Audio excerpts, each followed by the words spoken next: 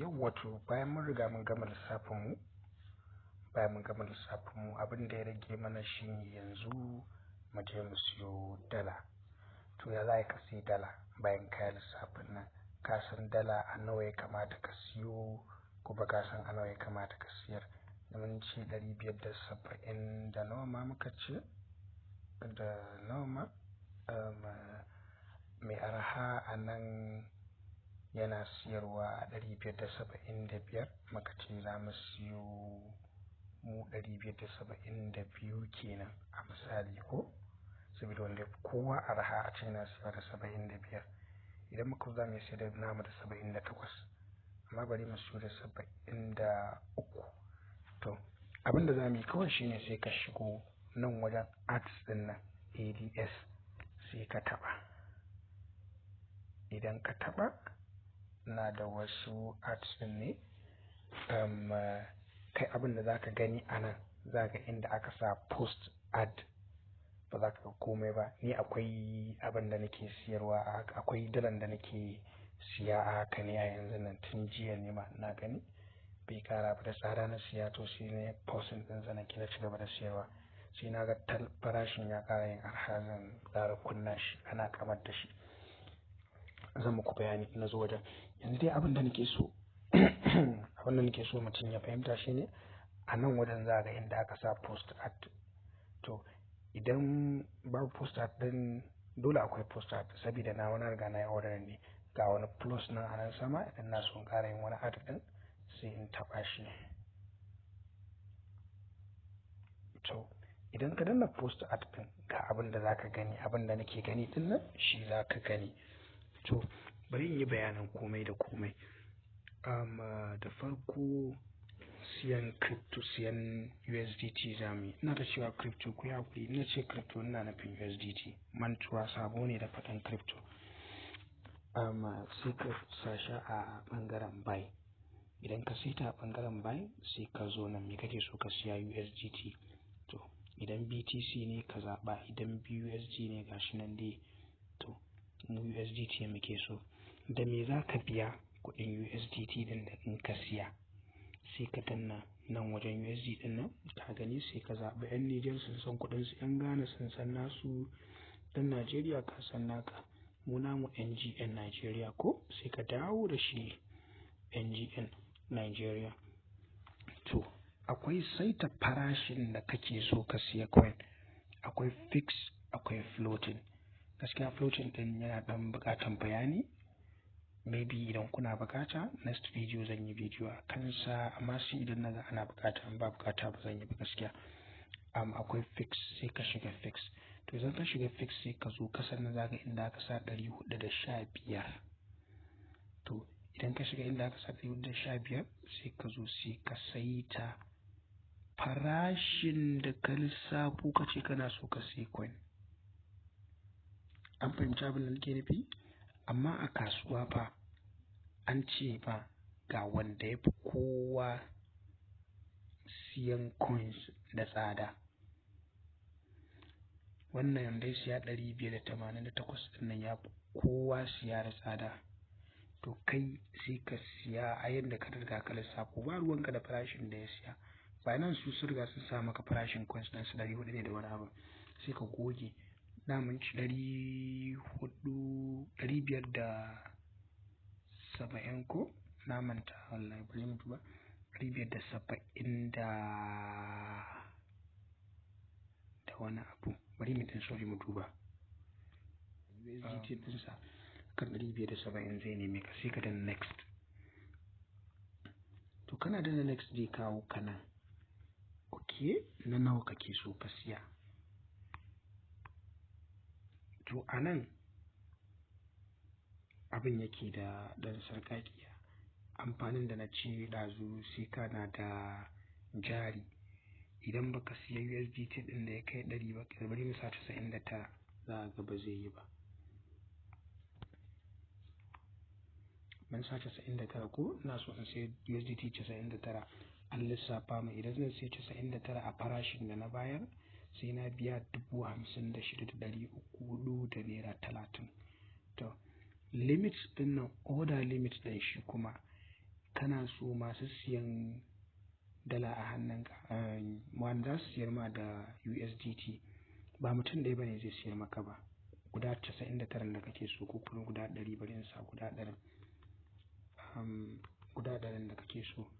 Ok, to tunda ba mutum ɗaya bane zai siyar maka ba, kana son wanda zai siyar da na 1000 ya zo ya siyar maka na 2000, na 3000, ko kuma ka fi son kawai wanda zai siyar da daga 5000 ne ko 10,000, ko kuma ka fi son tun na 57,000 kake so ka siya, ka fi son wanda zai siyar da na 50,000 zuwa abin da ya sama ne kawai za ka iya siya a hannun shi. Iya limit ɗin da kake so. Idan ba ka son wasan yara a zo a yi ta siyan na 1000 a hannunka, ɗan 1000 a zo a yi ta baka USDT ɗin 1000 kana ta transfer ana cajin ka. Ka fahimta? Tunda banki duk transfer ɗin da kai za su caje ka, ban sani ba, wasu naira 10, wasu naira 20, dole sai ka lissafa da shi. Kaga idan yan 1000 suka yi ma yawa za su samu matsala. To amma dai gaskiya ni na fi sa yan 1000 saboda su ne suke siyar da dala a farashi mai sauƙi wani zuba. To sai ka sa 1000, wani zubin ka sa 2000 limit ɗinka, wani zubin 5000, ya danganta. Ni dai ina sa 1000, wani zubin sa 5000 gaskiya. To na sa 1000 nan sai in bar shi a ƙarshen farashi. To anan aka samu wanda yake da dala 100 yana so ya siyar lokaci ɗaya, zai ma magana kawai sai ya turo ma da 70,000, sai ka tura mai 70,000 ɗin sai ya turo maka da dala. An fahimta? To nan ga payment method, ya tsarin abin naka yake. Tunda nan kai kake bukata bank transfer ko kuma mai sunan shi order method, za ka iya shiga ka ƙara su, za ka gansu a nan da yawa. Yau kamar yadda muka sa payment method ɗin man nan, za ka gani in ka shiga all payment ka ga bankuna kala nan. To ni dai guda ɗaya ne da ni nan. To akwai payment time limit. Yauwa nan idan ka san baka ƙware ba, ka shiga wajen time ɗin nan ka dawo da shi 30 ko 45 don Allah. Idan ka sashi a 15 minutes za a dinga samun matsala, mutane za su dinga attaban ka su ta kiran ka send money ko kuma release crypto za su dinga damun ka. Ka sa a minti 30 saboda a lokaci ɗaya mutane 4 za su shigo, kowa yana so ka sallame shi, kowa yana so ka ji mai sunan shi ka sallame shi. To dole sai ka kula. Nan wajen siya nake magana ko, kowa yana so ka tura mai kuɗi, kuma a lokaci ɗaya. A cikin wannan lokacin to da ka gara ka sa minti 45 ma ko 30 minutes. Ni ina sa 30 minutes ne, duk da ka ga dai na ɗanyi abin ko da so ɗaya ne ko so biyu, amma dai minti 30 nake sakawa. Ka sa minti 30 ko 45 ka sa matsala a ta takura maka. To nan ga estimated fee nawa Binance za su cire ladan aikinsu, za su cire 0.2 USDT. shi ne nake ce muku kwatankwacin kusan naira 300 a lissafin da na yi. Anan lissafin yake. An fahimta? To sai ka danna next. To idan ka danna next zai kawo ka nan. Idan ya kawo ka nan, nan abin da ake yi shine terms condition. Idan zaka siya coins akwai terms and condition. Zaka ji wasu suna cewa don't mention anything related to crypto, and za su ce maka please you have to be very fast. Za su je faɗa maka abubuwan da ka ga dama. In ka dama kawai malam ka sa Hausan ka kawai, duk wanda bai ji Hausa ba ya je karata. Ra'ayinka ne ba ra'ayin ba. To allow business, ka rubuta abin da kake so. Mutum da ya zo bangaren ka zai gani dokokinka, abin da kake so. Idan akwai wanda za ka sa rubuta cewa da Allah ka ƙara naira 100 a kai saboda sai covering ɗin kuɗin transfer ɗinsu da wasu abubuwa, kar ka yi hakan nan. Ana reporting. Binance ɗin suka gane cewa kana cajin naira 100 ƙari, za su ɗauke mukamin da suka mana mai talla. Nan kuma akwai message. Idan mutum ya shiga zai ma message, za ga wani zubin ko da mutum baya online ko sai ga ya turo ma da message, kana mai hi ko hello ko sai ga message ya dawo. Auto reply suke sakawa, sai ka rubuta auto reply. To mutum da ya zo ya siya ma da crypto, da ya yi rubutu ya tura maka hi are you online, ko kuma yana zama rubutu ko sai ga rubutu da yawa sun zo, to auto reply automatically da ya ma magana za ga reply din ya zo nan sai ka rubuta yes I'm online please do the transfer menene duk ka rubuta mai, to da ya gani zai dauka kaman kana online ne, alhalin ma ina ga kana bacci lokacin da yazo zai siya, sai dai in ya gama transfer an ka tashi ka tura masa kudin sa, ka tura mai wannan ka mai transfer. Sorry ina ta daukan sa kar ku manta a nan bangaren wajen siyan crypto muke ko buy crypto. To a nan counterparty conditions nan da matsala, idan ka zaɓi ɗaya a nan wajen ka hana wasu su siyar maka da dala gaskiya.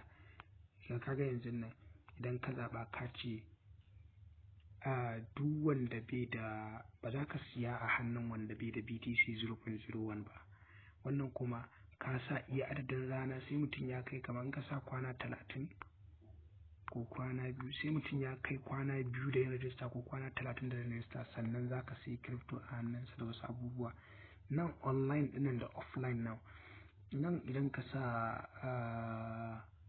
a online kana danna posting zai tafi, idan ka sa offline kana danna me sunan shi offline kuma zai je amma ba wanda zai siyayya, sai lokacin da ka yi ra'ayi za ka kunna shi sannan a zo a kawo ma talla, masu kawo order su shigo su ce za su siya a ba hannunka. An fahimta? To online kana posting, to ko da ka sauka ka kashe data ka kana, mutum zai gani zai dauka kana online ne, amma idan ka sa offline ba za a gani ba, kuma in mutum ya gani zai gane cewa kana offline. Da fatan an gane. To ni a online zan saka shi, amma gaskiya ban da ra'ayin siyan crypto yanzu. An bari dai in danna muga me zai faru, zan yi blocking ɗinsa offline. To mun danna, to kaga successfully posted, shikenan mun riga mun nuna muna so mu siyi dala akan 570 kuma muna son guda 100, kuma muna son mutum, sorry muna son yana okay, muna son mutum sai mai 1000. Indai zaka siya min da 1000 za mu siya, in zaka siyar da na 75,000 ma za mu siya. An fahimta? 750,000 naira, na ma yi mistake, 750,000 naira na samun. My God, muna da ya'yan 270. To idan ka scroll daidai ka zo inda farashin da ka saita dai anan zaka ga sunanka, amma har yanzu ban ga sunana ba, ina kokarin scrolling. Oh, na sa offline, ku yi haƙuri, na sa offline. To za ka ga sunanka a daidai nan sai ka jira. To dan ka jira nan wajen order din nan, da an samu wanda yake so ya siyar ma da dalarsa akan naira 270 za a gani wani wajen order din nan an sa 1 ya zo ko 2 ko 3 ko 4, ba za ka wuce mutum hudun ba a lokaci daya. Dan ka sallami wani sai ya kara zuwa ya siya. To ya danganta da iya arahanka, da kamar na sa wannan order a coins a araha sosai a yanda zan siya da tsada, da tintin kun ga order nan ya cika kana sakawa, amma ba ruwanka, haƙuri ne, idan ba ka yi haƙuri ba za ka yi asara. Kun ga na sa 570 kuma zan iya zuwa in sayar da shi 580 ma a hankali, ko zuwa gobe ne zan iya haƙura, tunda ba gaggawa nake yi ba. Ya kuɗaɗen ba raguwa za su yi ba, suna nan yanda suke. To da fatan an fahimci yanda za a siyi coin. Zan